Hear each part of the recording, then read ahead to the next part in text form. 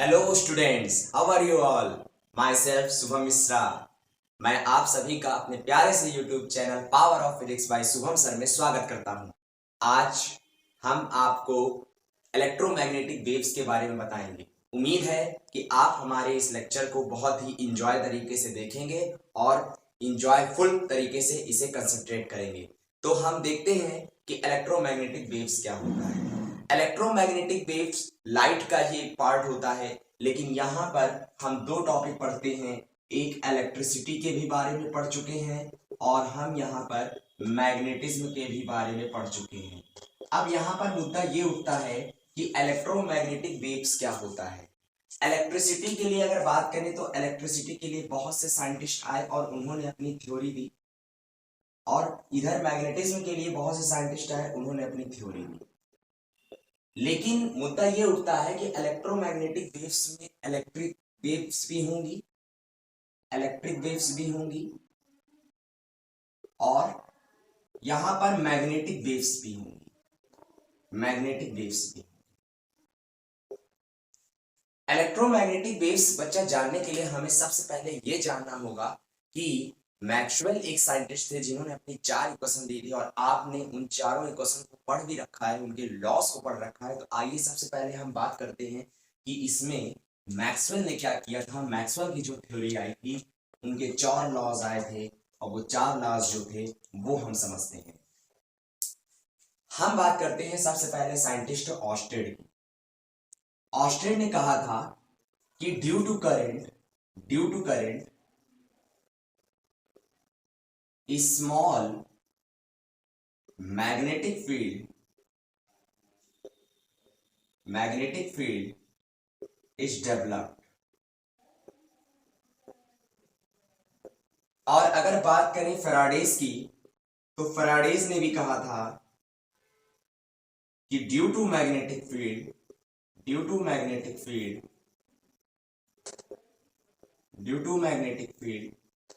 Induced current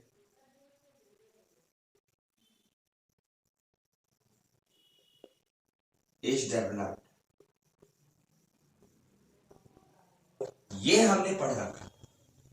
लेकिन due to current small magnetic field is developed and Faraday के द्वारा due to magnetic field induced current is developed. देखिए, अब एक मुद्दा ये उठता है कि क्या इलेक्ट्रिक फील्ड से मैग्नेटिक फील्ड आ सकती है या मैग्नेटिक फील्ड से इलेक्ट्रिक फील्ड आ सकती है। इसी थ्योरी को जानने के लिए और इसी थ्योरी को समझाने के लिए जन्म हुआ मैक्सवेल। मैक्सवेल एक ऐसे साइंटिस्ट थे जिनको श्रेय जाता है, उन्होंने ही इलेक्ट्रोमैग्नेटिक वेव्स को बताया। समय है 1884, जब इलेक्ट्रोमैग्नेटिक वेव्स पूरी तरीके से डिस्कवर हो चुका था और इसी समय पर इलेक्ट्रोमैग्नेटिक वेव्स में मैक्सवेल ने अपनी थ्योरी बनानी चालू। तो हम सबसे पहले पढ़ते हैं कि यहां पर 1884 Maxwell had combined all the fundamental laws of electricity and magnetism. कहने का मतलब कि 1884 में कुछ फंडामेंटल लॉज आए थे, फंडामेंटल लॉज आए थे। और ये फंडामेंटल लॉज कौन कौन से थे? पहले थे जो लॉज थे वो गॉस लॉ था, related to electricity. Gauss law आपने पढ़ रखा होगा। गॉस लॉ का फॉर्मूला क्या होता है? Close integral E dot ds is equal to Q upon epsilon. दूसरा लॉ जो आया था वो आया था Gauss law related to magnetism. Gauss law related to magnetism. Gauss law related to magnetism. तो Gauss law related to magnetism क्या था? जहां पर ई है वहां पर वी रख देंगे और डॉट ds रख देंगे, और गॉस लॉ तो कोई था ही नहीं वहां पर, गॉस लॉ कोई डिफाइन हुआ ही नहीं था मैग्नेटिज्म के थ्रू। तो इन्होंने मैग्नेटिज्म के थ्रू गॉस लॉ को 0 रखा। अब फैराडेज लॉ की बात करते हैं। सर फैराडे का बहुत बड़ा रोल है इलेक्ट्रोमैग्नेटिक इंडक्शन में और इलेक्ट्रिसिटी प्रोवाइड करने में। उन्होंने कहा कि कोई भी जो इंड्यूस्ड ईएमएफ होता है वो rate of change of flux के बराबर होता है और उस फ्लक्स से क्या करता है? अपोज करता है। और तीसरा लॉ है एम्पियर सर्किटल लॉ।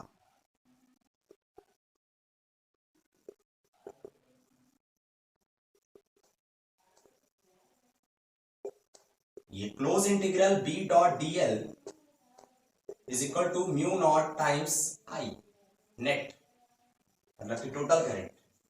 और इस टोटल करंट की हम बात करेंगे बच्चा। अभी हमें सबसे पहले ये देखना है कि यहाँ पर जो समथिंग ये एम्पियर सर्किटल लॉ है और ये जो Gauss law related to magnetism है, तो पहले लॉ को भी हम अच्छे से जानते हैं। इलेक्ट्रिसिटी में हम इस लॉ को पढ़ चुके हैं, पहले लॉ को हम बड़े अच्छे से जानते हैं और इसको हम पढ़ चुके हैं। दूसरे लॉ को डिफाइन किया मैग्नेटिज्म के थ्रू, तो वो जीरो आ रहा था, वो सरफेस आपको जीरो मिल रहा था। लेकिन जब तीसरे लॉ को देखा तो तीसरा लॉ भी फैराडे को श्रेय जाता है इस लॉ के लिए। और चौथा लॉ जो कि एम्पियर सर ने दिया था और उसी को एम्पियर सर्किटल लॉ बोलते हैं।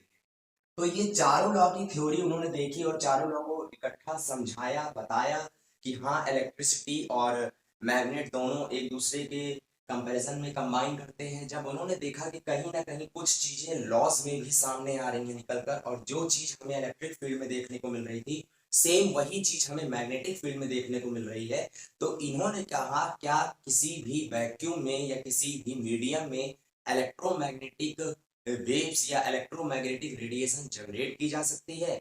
इस बात को जानने के लिए मैक्सवेल ने बहुत सारे प्रैक्टिकल किए और प्रैक्टिकल करने के बाद एक थ्योरी बनाई जिसका नाम है इलेक्ट्रोमैग्नेटिक वेव्स। इन्होंने चौथे लॉ पर एक क्या कहते हैं, थोड़ा सा चौथे लॉ को इन्होंने सही किया। और तो हम सबसे पहले देखते हैं कि चौथे लॉ को इन्होंने सही कैसे किया बच्चा। तो चौथे लॉ को इन्होंने क्या किया, किस तरीके से सही किया, उसे हम देखते हैं। इन्होंने कहा कि अगर क्या कहते हैं कोई भी क्या कहते हैं जैसे कोई फ्लक्स है, तो फ्लक्स कब जनरेट होता है? फ्लक्स तभी जनरेट होता है जब मैग्नेटिक फील्ड चेंज होगी। जब चेंज इन मैग्नेटिक फील्ड होगी, जब चेंज इन मैग्नेटिक फील्ड होगी तभी फ्लक्स जनरेट होगा। चेंज इन मैग्नेटिक फील्ड होगी तभी फ्लक्स जनरेट होगा। और जब चेंज इन फ्लक्स होगा, चेंज इन फ्लक्स होगा, तो यही चेंज इन फ्लक्स क्या करेगा? करंट पैदा कर देगा, इंड्यूस्ड करंट पैदा कर देगा। इस करंट का नाम क्या होगा? इंड्यूस्ड करंट पैदा कर देगा। तो क्या चेंज इन इलेक्ट्रिक फील्ड कुछ प्रोड्यूस करेगी? यस, जब चेंज इन इलेक्ट्रिक फील्ड होगी, चेंज इन इलेक्ट्रिक फील्ड होगी, तो चेंज इन इलेक्ट्रिक फील्ड क्या प्रोड्यूस करेगी? Change in magnetic field produce करेगी। Change in magnetic field produce करेगी। और जब change in electric field produce करेगी, चेंज इन मैग्नेटिक फील्ड, तो सेम तरीके से भी change in magnetic field produce करेगी चेंज इन इलेक्ट्रिक फील्ड। और शायद यही सही किया मैक्सवेल ने। मैक्सवेल ने यही कहा कि अगर करंट से मैग्नेटिक फील्ड आ सकती है, करंट से इलेक्ट्रिक फील्ड आ सकती है, तो varying magnetic field to time produce magnetic field and varying magnetic field to time to produce electric field. कहने का मतलब इलेक्ट्रिक फील्ड से मैग्नेटिक फील्ड आ सकती है और मैग्नेटिक फील्ड से इलेक्ट्रिक फील्ड आ सकती है। लेकिन मुद्दा ये उठता है कि किसी भी क्या कहते हैं स्पेस में या किसी भी यूनिवर्स में किस तरीके से इलेक्ट्रिक फील्ड अपने आप में मैग्नेटिक फील्ड जनरेट करे। इस बात को समझने के लिए ही हम यहाँ पर समझेंगे कि कैसे मैक्सवेल ने बताया कि कोई भी इलेक्ट्रिक फील्ड मैग्नेटिक फील्ड को क्रिएट कर सकती है और कोई भी मैग्नेटिक फील्ड इलेक्ट्रिक फील्ड को क्रिएट कर सकती है। बच्चों, अगर हम जाने तो ये पूरा का पूरा यूनिवर्स हमारा मैटर से बना है। आप जानते हैं ये पूरा का पूरा यूनिवर्स हमारा मैटर से बना है। ये पूरा यूनिवर्स हमारा मैटर से बना है और इस यूनिवर्स में सबसे स्मॉलेस्ट पार्टिकल है जिसका नाम है क्या? एटम। तो ये जो एटम है, इस एटम के अंदर बहुत सारे ऑर्बिट हैं और इसी ऑर्बिट में एक एटम है जिसके अंदर मौजूद है न्यूक्लियस, और न्यूक्लियस में प्रोटॉन है और न्यूट्रॉन है। प्रोटॉन और न्यूट्रॉन के आसपास कुछ बहुत सारे इलेक्ट्रॉन हैं। इन इलेक्ट्रॉन को हम बोल सकते हैं free charge particle. Free charge particle बोल सकते हैं, फ्री चार्ज पार्टिकल बोल सकते हैं। अब ये जो फंडामेंटल चार्ज पार्टिकल हैं, ये फंडामेंटल जो चार्ज पार्टिकल हैं, ये फंडामेंटल चार्ज पार्टिकल क्या करेंगे? मूव कर रहे हैं। और एक साइंटिस्ट थे जिनका नाम था डी ब्रॉगली। डी ब्रॉगली ने बताया कि कोई भी फंडामेंटल पार्टिकल जो होता है वो सर्किल के फॉर्म में तो मूव करता है, लेकिन सर्किल के फॉर्म में मूव करने के साथ साथ वो वेव फॉर्म में भी मूव करता है। कहने का मतलब उसका वेव नेचर भी होगा और पार्टिकल नेचर भी। जब ये वेव नेचर में होगा तो आप लोगों ने पढ़ा होगा क्लास 11 में simple harmonic motion.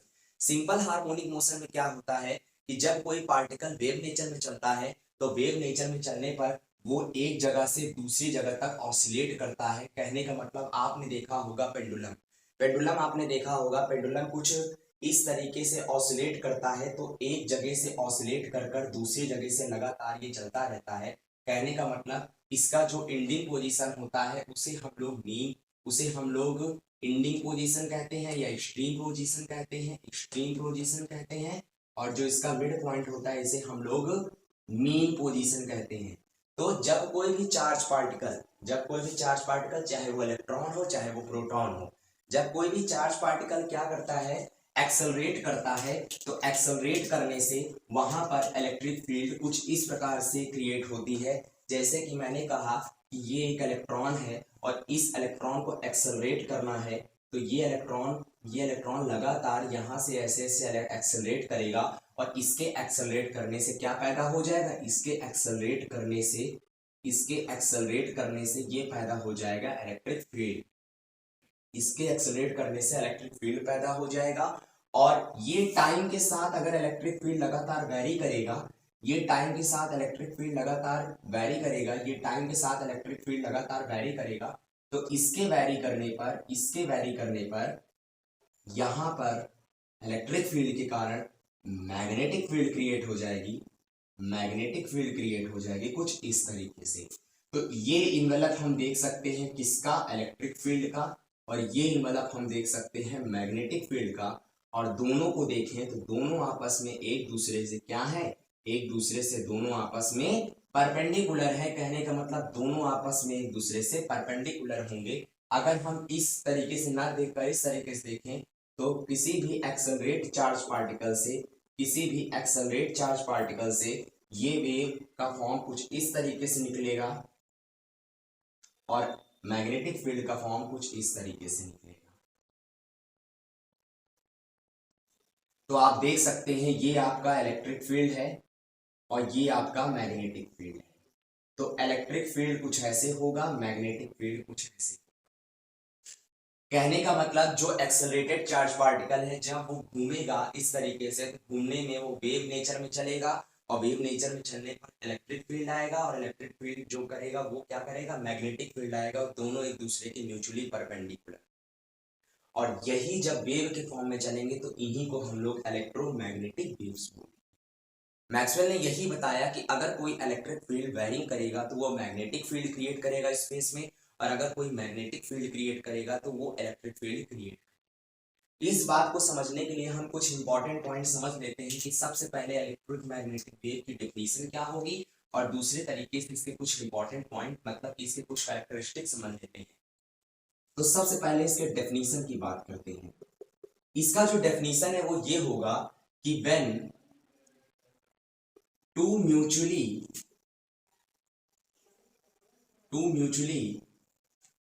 Perpendicular electric field यहां पर varying electric field and varying magnetic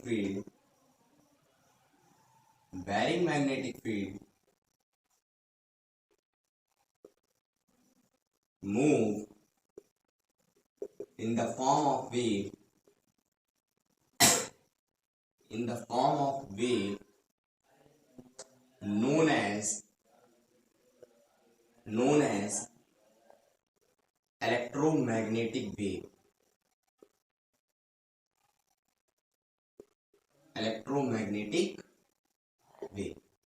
और इसका श्रेय जाता है मैक्सवेल को।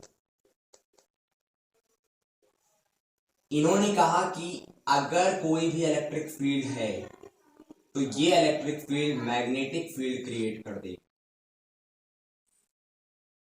और अगर कोई भी मैग्नेटिक फील्ड है तो ये क्या कर देगा, इलेक्ट्रिक फील्ड क्रिएट कर देगा। तो ये हम समझ चुके हैं। अब मैटर ये करता है कि क्या इसको मीडियम की जरूरत पड़ेगी, नहीं, ये मीडियम में भी चल सकता है, मीडियम में भी चल सकता है और ये स्पेस में भी चल सकता है। लेकिन अब ये किस वेलोसिटी से चलेगा इसको देखते हैं। इलेक्ट्रोमैग्नेटिक वेव की जो वेलोसिटी होगी वो होगी 3 × 10⁸ मीटर पर सेकेंड। ये लाइट की स्पीड से चलेगा, ये लाइट की स्पीड से चलेगा। अब बात करते हैं कि क्या सभी जगह यूनिवर्स में इलेक्ट्रोमैग्नेटिक वेव्स हो सकते हैं? यस, सभी जगह यूनिवर्स में इलेक्ट्रोमैग्नेटिक वेव्स हो सकते हैं। और ये कैसे पॉसिबल है?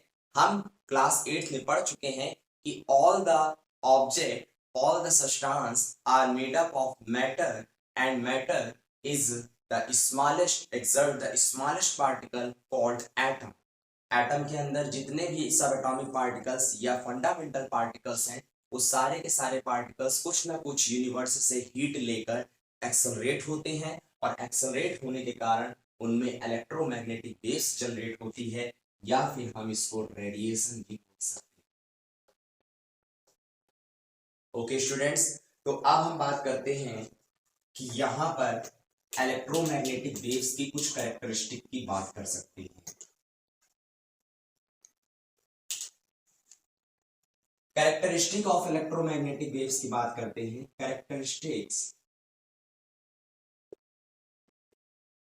Characteristics of electromagnetic wave. पहला कैरेक्टरिस्टिक ये है कि varying electric field, varying electric field produces magnetic field, magnetic field. Second, electric field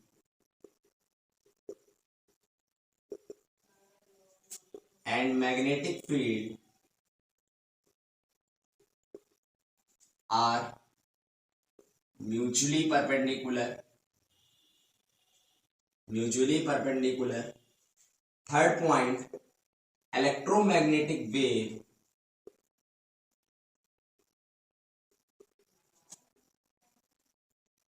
move with speed 3 × 10⁸ meter per second in space और मीडियम। और फोर्थ पॉइंट हम लिख सकते हैं कि इलेक्ट्रोमैग्नेटिक वेव्स जो होता है is electromagnetic waves produces due to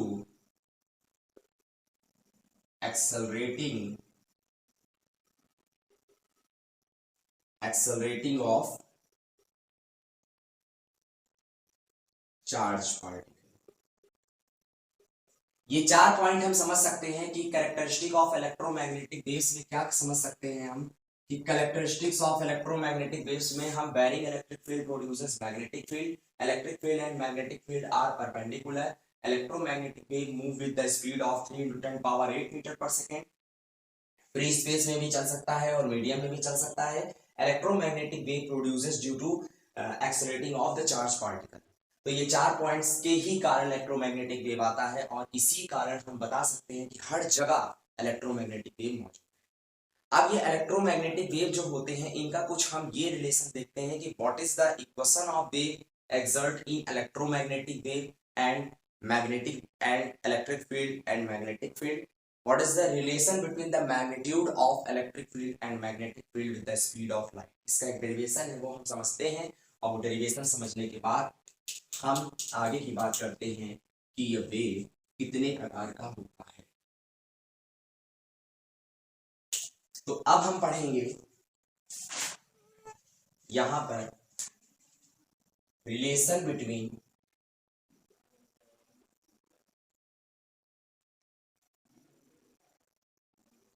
E naught and B naught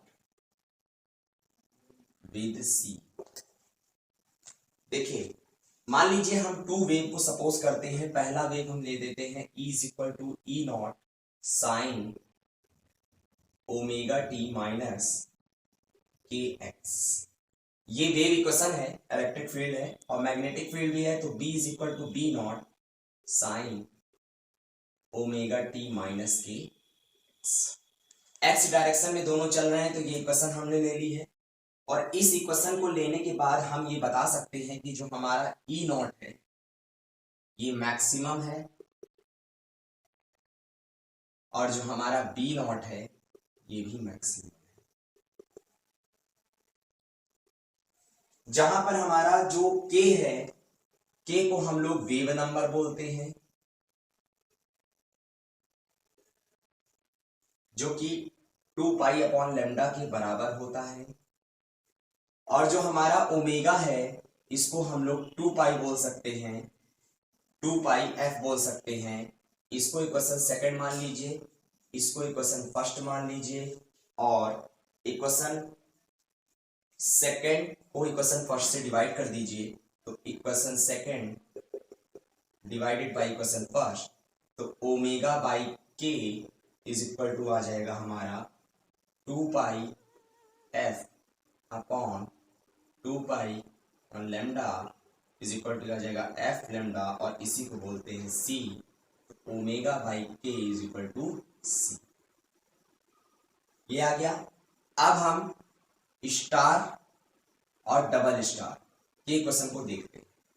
तो सबसे पहले हम स्टार को देखेंगे और स्टार में हम क्या करेंगे, इसको डिफरेंशिएट करेंगे।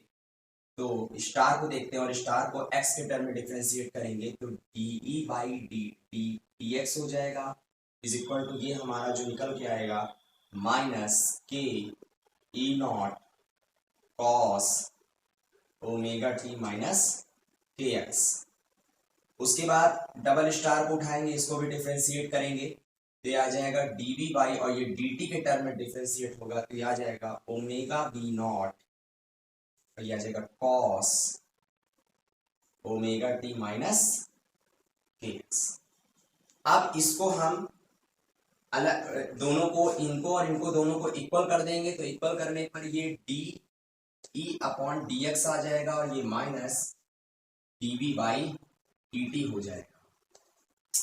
यहां पर हम दोनों को इक्वल करेंगे तो ये आ जाएगा K E naught cos omega T minus K X is equal to omega D naught cos omega T minus K x.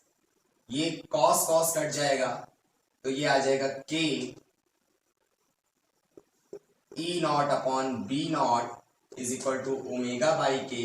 और आप देख सकते हैं कि ओमेगा बाई के को क्या बोलते हैं, सी बोलते हैं, तो E naught upon B naught is equal to C. ये रिलेशन आ गया बच्चा, ये रिलेशन है हमारा, relation between E naught and B naught. आप इसका स्क्रीनशॉट ले लीजिए। अब हम यहां पर देखते हैं कि हमारा जो इलेक्ट्रोमैग्नेटिक वेव्स होता है वो कितने प्रकार।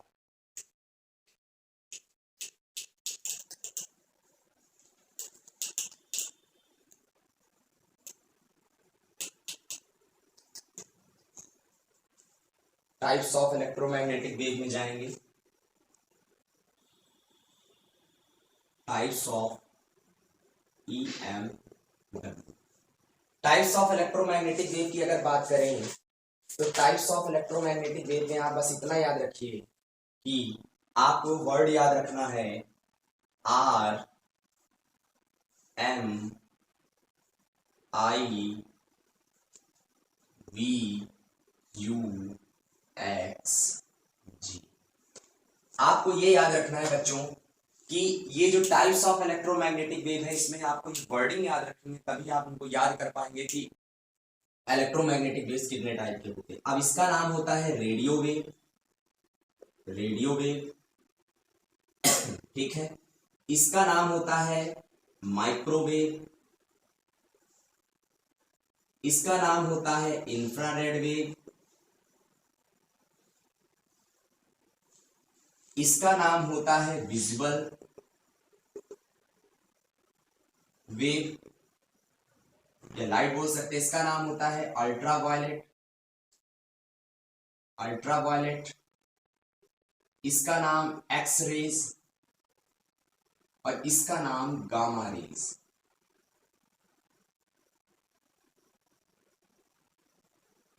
बच्चों ये वेव होती है, 7 तरह की वेव होती है। 7 तरह की वेव में से विजुअल लाइट की वेव हमें दिखती है और इसका आप लोग हमेशा एक चीज याद रखिएगा, वेवलेंथ जो कि पूछा ही जाता है वो होता है 400 नैनोमीटर से 700 नैनोमीटर। अब ये पहली वेव है, ये दूसरी वेव है, ये तीसरी वेव है, ये चौथी वेव है, ये पांचवी वेव है, 6 वेव है, ये 7। इन सातों वेव में सिर्फ और सिर्फ हमारी जो विजुअल लाइट की वेव होती है वही दिखाई देती है, बाकी वेव हमारी नहीं। और इसमें सबसे बड़ा डिफरेंस ये होता है कि डी ब्रॉगली ने एक रिलेशन दिया था E is equal to hc/λ। hc/λ में उन्होंने बताया था कि जब जब किसी भी वेव की एनर्जी बढ़ती है तो उसका वेवलेंथ कमजोर होने लगता है। जब जब किसी भी वेव की एनर्जी बढ़ती है तो उसका वेवलेंथ कमजोर होने लगता है। तो अगर हम ऑर्डर देखें 1 2 3 4 5 6 7, तो 1 से अगर हम 6 तक चलेंगे, 1 से, और अगर हम 6 तक चलेंगे तो हमारी एनर्जी जो होगी वो इंक्रीज होगी, इंक्रीज एनर्जी। और अगर हम 1 से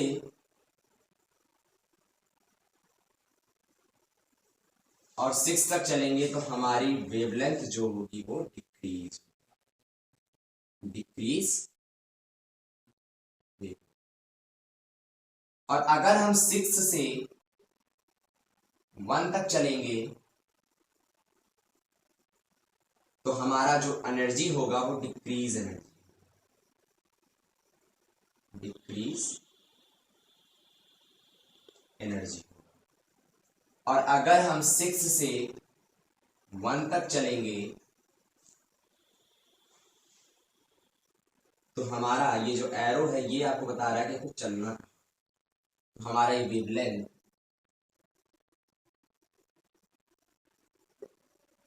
इंक्रीज होगा। कहने का मतलब कि अगर इधर से एरो चलेंगे तो एनर्जी इंक्रीज होगी, वेवलेंथ डिक्रीज होगा, और इधर से चलेंगे तो एनर्जी डिक्रीज होगी, वेवलेंथ इंक्रीज होगी। तो आप इसका स्क्रीनशॉट ले सकते हैं, बहुत इंपॉर्टेंट है, ये पूछा भी जाता है। अब हम इसके यूज की थोड़ी थोड़ी बात कर लेते हैं। रेडियो वेव में आपने देखा होगा कि जो रेडियो में सिग्नल मिलता है या रेडियो में हम चैनल की ब्रॉडकास्टिंग देखते हैं या टेलीविजन की ब्रॉडकास्टिंग देते हैं, वो सब रेडियो वेव में यूज होता है। माइक्रोवेव की बात करें तो माइक्रोवेव में जो क्या कहते हैं, हम खाना बनाते हैं बाई मशीन के द्वारा, जो हम खाना बनाते हैं, जैसे कि माइक्रोवेव आप देखे होंगे कि माइक्रो कुकर जो होता है या फिर जो भी चीज होती है जब उसे इंडक्शन चीज में रख दिया जाता है और खाना गर्म करने के लिए किसी भी चीज के लिए जो यूज किया जाता है उसमें माइक्रोवेव का यूज किया जाता है। इंफ्रारेड वेव, जैसे कि आप ठंडियों में हीटर जलाते हैं और हीटर जलाते हैं, हीटर से जो वेव निकलती होती है इसी को इंफ्रारेड वेव। विजुअल लाइट आप देख सकते हैं कि जो क्या कहते हैं, हमारे घरों की जो बिजली होती है, हमारे घरों में जो क्या कहते हैं बल्ब होता है उसमें जो बिजली आती है वो विजुअल लाइट के द्वारा आती है। अल्ट्रावायलेट रेस की अगर बात करें तो अल्ट्रावायलेट रेस जैसे कि सन से जो रेस निकलती हैं उन्हें अल्ट्रावायलेट रेस कहते हैं। या आप देख सकते होंगे कि जो आप लैंप जलाते हैं उनसे भी अल्ट्रावायलेट रेस निकलती है। एक्स रेस की बात करें तो एक्स रेस कहीं ना कहीं हॉस्पिटल एरिया में बहुत काम करता है। एक्स रेस में हम जब जाके क्या कहते हैं फिजियोथेरेपी कराते हैं या फिर हम कोई और बॉडी का अंदर का पार्ट चेक करने की कोशिश करते हैं या बॉडी के ऑर्गन्स को चेक करने की कोशिश करते हैं तो वहां पर एक्स रेस का यूज किया जाता है। गामा रेस जो होता है वो हाई एनर्जी यूज करता है और हाई एनर्जी यूज करने के कारण इसका जो हम यूज करते हैं ये हम कैंसर रोगियों के ट्रीटमेंट के लिए इसका यूज किया जाता है। तो हमने आपको जो मेन इंपॉर्टेंट बात बताई, इलेक्ट्रोमैग्नेटिक वेव क्या होता है, मैक्सवेल्स की 4 इक्वेशन बताई, इलेक्ट्रोमैग्नेटिक वेव्स कहाँ से आया, क्या होता है इलेक्ट्रोमैग्नेटिक वेव, उसमें कौन से फिनोमेना होते हैं, what is the relation between the magnitude of maximum electric field and magnetic field with the relation of speed of light in C, and what is the types of wave, radio wave, microwave, infrared wave, visual wave, ultraviolet rays, x rays, gamma rays, दोनों का मैंने order बता दिया। Thank you so much. मैं समझ सकता हूँ कि आपको ये क्लास बहुत अच्छी लगी होगी। आगे हम फिर अगले लेक्चर में मिलेंगे। Thank you so much.